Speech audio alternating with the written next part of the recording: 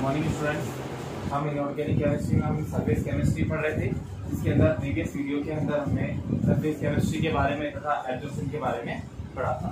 अब now we start the next topic our distinction between absorption and absorption, यानी इन दोनों में क्या डिफरेंस है या दोनों क्या होते हैं। एब्जॉर्प्शन जो था सबसे पहले हमने देखा था, एब्जॉर्प्शन यहाँ भी हो रहा था इंटरफेस के ऊपर, ठीक है। और दूसरा है हमारा एब्जॉर्प्शन। एब्जॉर्प्शन क्या होता है? Inner side of substance. कैसे कह सकते हैं? अब देखिए, ये तो है हमारी सरफेस जिसके ऊपर हमारा कोई भी सब्सटेंस आके कलेक्ट हो गया है। तो ये हो गया हमारा सॉलिड सब्सटेंस और ये हो गया हमारा मॉलिक्यूलर पार्टिकल। इस पे ये क्या हो गई हमारी इंटरफेस के ऊपर इसका एब्जॉर्प्शन हो गया इंटरफेस। अब हमें देखना है दूसरा, इसके अंदर ये कौन सा प्रोसेस हो गया हमारा एब्जॉर्प्शन। अब हम देखते हैं हमारा absorption. What is the meaning of absorption? अगर कोई सरफेस है, पार्टिकल्स इसके अंदर एंटर हो जाते हैं, दिस इज कॉल्ड एब्जॉर्प्शन। क्या हो गया? ये पार्टिकल्स हो गए हमारे, ये हमारा सॉलिड सरफेस, इसको हम इंटरफेस भी कह सकते हैं। This process is known as absorption. हम क्या कह सकते हैं? जो एब्जॉर्प्शन का प्रोसेस है, एब्जॉर्प्शन जो प्रोसेस है हमारा, वो क्या होगा? Only on the surface of the solid sphere या इंटरफेस। बट जो एब्जॉर्प्शन है वो क्या होगा? Inside the particles, they are penetrate the surface of, they are penetrate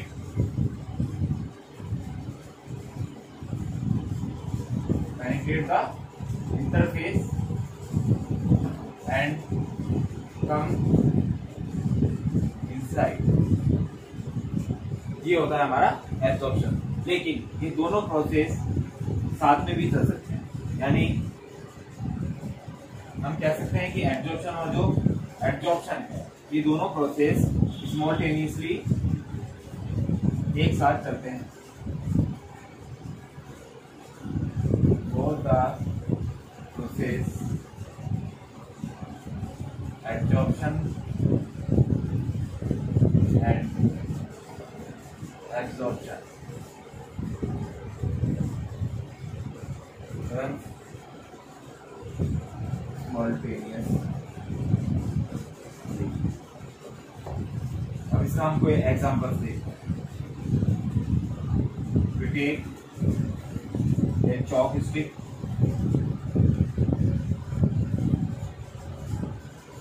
dip in ink। हम क्या लेते हैं? एक एग्जांपल लेते हैं। क्या किया हमने? एक चौक ली, चौक स्टिक ली और उसको इंक के अंदर, चौक स्टिक ली और उसको इंक के अंदर डिप कर दिया। अब इंक के अंदर डिप करेंगे तो क्या होगा? जो चौक है, कलर चेंज। जो चौक स्टिक है उसके ऊपर क्या होगा? जो हमारी इंक है उसका कलर डिप हो जाएगा, यानी उसके ऊपर कलर चेंज हो जाता है। यानी जो चौक है हमारी, अगर हमने उसको रेड इंक के अंदर डिप करा तो इस सरफेस के क्या ऊपर हो जाएगा? वो चौक रेड कलर की सी नजर आएगी। यानी चौक की जो सरफेस थी वो तो क्या हो गई? उसके लिए एब्जॉर्बेंट, और जो इंक थी वो क्या बन गई? उसके लिए एब्जॉर्बेंट। यानी ये पार्टिकल तो उसके ऊपर एब्जॉर्ब होगा और ये उसके लिए एब्जॉर्बेंट हो गई। यानी ये प्रोसेस हमारा जो मिलके बना, क्या बन गया? ये हो गया हमारा एब्जॉर्प्शन, ठीक है। लेकिन जो इंक है, जो हमारी इंक है, उसके लिए क्या हुआ? पार्टिकल्स इनसाइड द चौक, यानी absorb by the Chowk, particles of ink। यानी जो इंक है उसके भी तो क्या हो गया वो प्रोसेस एब्जॉर्प्शन, यानी जो इंक के पार्टिकल्स है वो चौक के इनसाइड में चले गए और एब्जॉर्बेंट कहाँ हुआ चौक की सरफेस के ऊपर, क्योंकि हम when we break the chalk we can not find when we break the chalk stick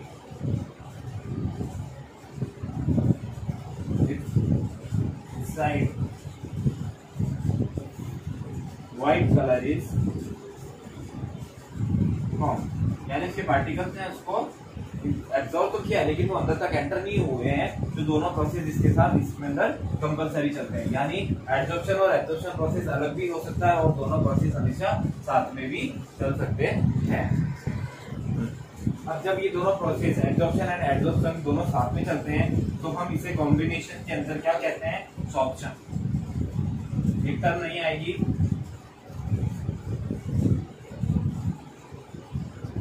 sorption, इसको हम क्या कहेंगे, एब्जॉर्प्शन प्लस एब्जॉर्प्शन। जो मैंने आपको पहले एक्सप्लेन किया है, जिसके अंदर एब्जॉर्प्शन एंड एब्जॉर्प्शन दोनों प्रोसेस साथ में चलते हैं, this process is known as sorption. Now we start our next topic is mechanism of absorption, यानी क्यों होता है, क्या प्रोसेस है, किस वजह से ये सरफेस के ऊपर एब्जॉर्प्शन होता है या एब्जॉर्प्शन होता है। हमें मैकेनिज्म स्टार्ट करनी है। फर्स्ट एब्जॉर्प्शन, हमने क्या देखा था कि when we see that the particles of molecules कहाँ पे एब्जॉर्ब हो रहे थे, इंटरफेस में, यानी आउटर सरफेस ऑफ द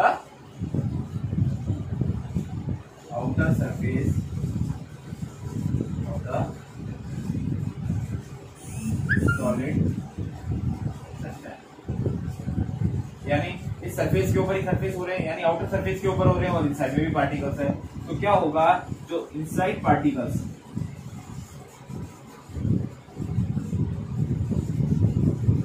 और जो आउटसाइड पार्टिकल्स, हम रेड से इनसाइड पार्टिकल लिखते हैं और आउटर को दिखाते हैं ब्लैक से आउटसाइड पार्टिकल। इन दोनों के जो डिफरेंस यानी जो नेचर्स हैं उन दोनों में अंदर क्या होगा, वो डिफरेंस होगा, the difference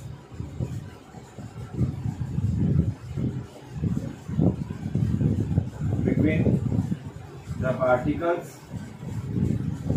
of inside and outside of the substance। जो इनसाइड में पार्टिकल्स होंगे इन सब के अंदर क्या होगा, सेम कॉम्बिनेशन होगा, जो आउटसाइड के पार्टिकल्स है उनके अंदर डिफरेंट कॉम्बिनेशन होगा। इस डिफरेंट कॉम्बिनेशन के कारण क्या होता है, जो एब्जॉर्बेंट है, एब्जॉर्बेंट आके एब्जॉर्बेंट की सरफेस के ऊपर एब्जॉर्ब हो जाते हैं और एब्जॉर्प्शन की प्रोसेस कंप्लीट होती है। इसकी वजह से, क्योंकि जो दोनों के पार्टिकल्स का नेचर है, उनके बीच में जो फोर्सेज है वो दोनों अलग अलग होते हैं, यानी जो inside van der Waal force is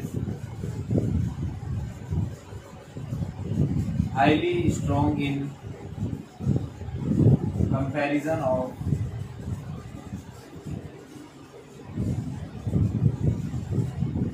outside particle.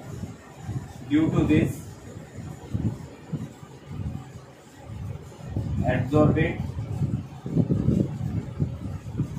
react with outside particles and then adsorption process। ठीक है, यानी जो इनसाइड के अंदर वान डर वाल फोर्सेज जो इनसाइड में वो क्या हाईली स्ट्रॉन्ग होता है आउटसाइड की कंपैरिजन में, इसलिए एब्जॉर्बेंट जो होते हैं वो आके इसकी सरफेस पे एब्जॉर्बेशन की प्रोसेस को कंप्लीट करते हैं। ये तो थी मैकेनिज्म में एक प्रोसेस, यानी वॉन डर वाल जो फोर्सेज है दोनों के पार्टिकल्स में डिफरेंस होता है। एक होता है रीजन कि जो पार्टिकल्स हैं वो आउटसाइड की जो हीटिंग एरिया है, यानी जो सरफेस है हमारी पार्टिकल्स की, देखिए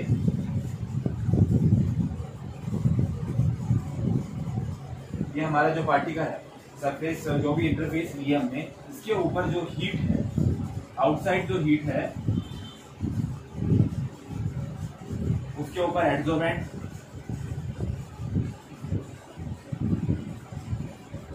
अटैक करेंगे।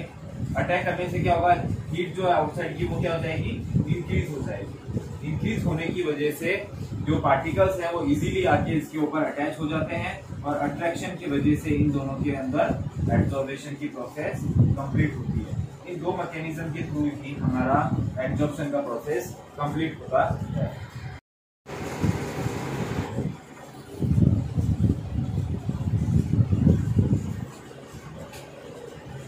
Next topic is types of absorption। देखिए क्या देखेंगे कि गैसेस ऑन सॉलिड सरफेस, जो हमारी गैस है यानी वो एब्जॉर्बेट है और जो हमारा सॉलिड सरफेस है वो हमारा एब्जॉर्बेंट है। तो गैसेस जो ऑन सॉलिड सरफेस के ऊपर जो हमारा एब्जॉर्प्शन प्रोसेस होता है ये कितने टाइप्स का होता है, 2 टाइप्स का। First is physical absorption, second is chemical absorption।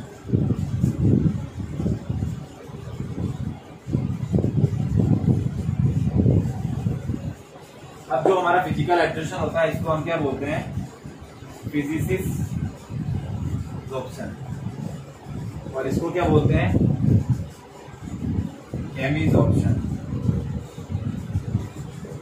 अब जैसे मेन से ही पता चल रहा है ये फिजिकल है ये केमिकल है, यानी फिजिकल के अंदर कौन से बॉन्ड्स लगते हैं, वैन डर वाल्स फोर्सेस या van der Waals bonding. But in chemical absorption कौन सा होगा, केमिस्ट्री है यानी तो इसके अंदर कौन सा होगा, chemical bonding.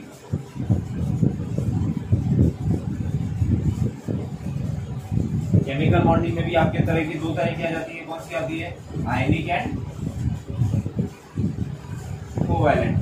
So there are 2 types of absorption for gases on solid surface. First is physical absorption and second is chemical absorption.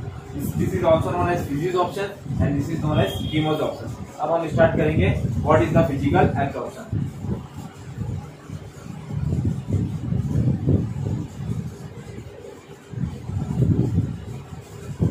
अब हम स्टार्ट करते हैं हमारा टॉपिक फिजिकल एब्जॉर्प्शन। पहले इसकी डेफिनेशन लिखते हैं, when the gas molecules particles accumulate on the surface of substance by van der Waals bonding or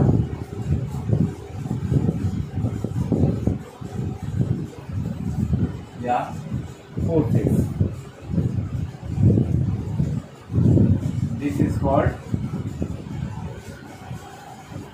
physical absorption. अब क्या होता है, जो फिजिकल एब्जॉर्प्शन है ये तो हो गया की डेफिनेशन। अब हम सेकंड देखेंगे, दिस इज क्या है, ये एट डिक्रीजिंग टेम्परेचर,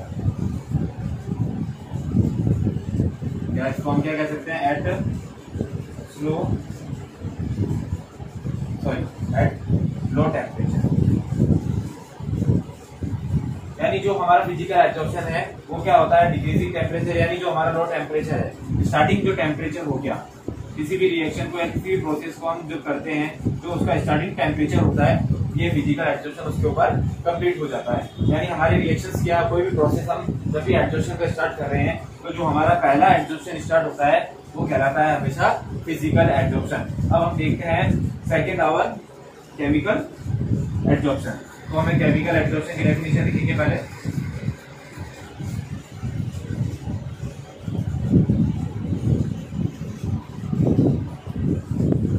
सेकेंड आता है chemical absorption. Same process chemical absorption के अंदर मैंने आपको पहले ही बता दिया, when the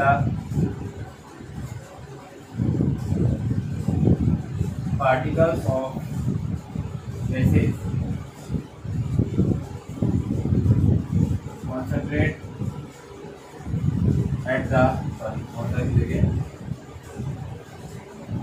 at the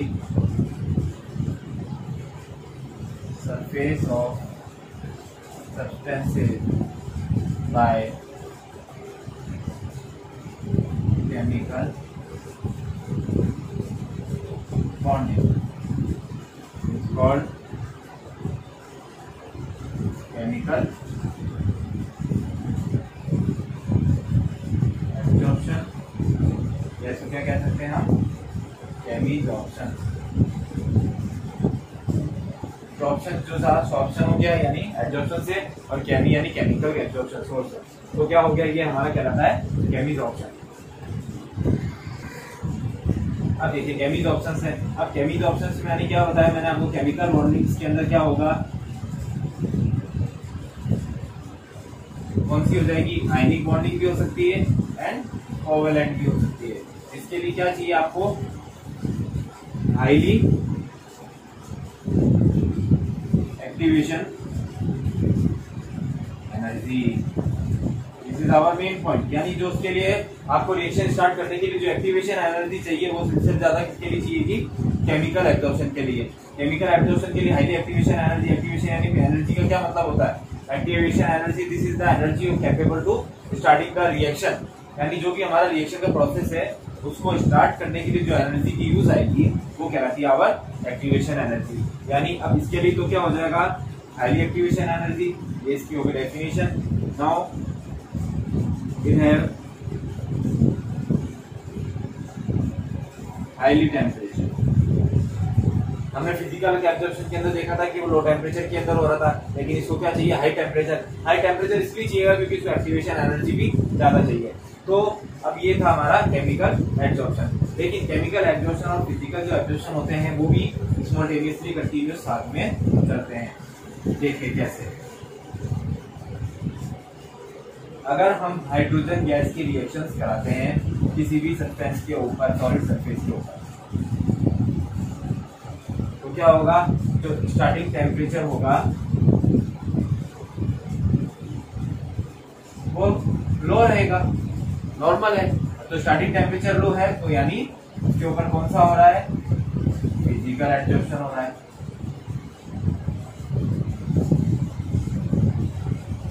after some time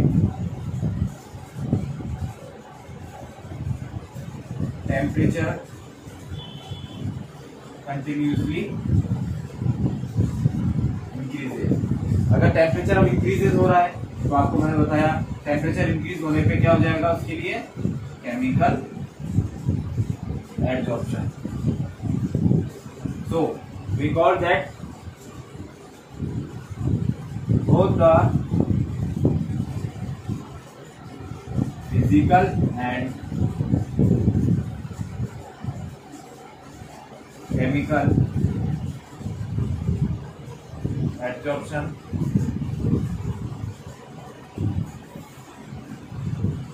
running together simultaneously। यानी जो हमारे फिजिकल और जो केमिकल एब्जॉर्प्शन है वो दोनों लगातार एक साथ चलते हैं, जिसके थ्रू क्या होता है, हमारी जो दोनों एब्जॉर्प्शन है उनको हम अलग से शो नहीं कर पाते कि फिजिकल कौन सा हो रहा है, केमिकल कौन सा हो रहा है। लेकिन केमिकल स्टार्टिंग टेम्परेचर रहता है जो लो में भी हो जाता है, जब टेम्परेचर इंक्रीज होगा तो हमारा फिजिकल केमिकल एब्जॉर्प्शन स्टार्ट हो जाता है। तो ये था टाइप्स ऑफ एब्जॉर्प्शन।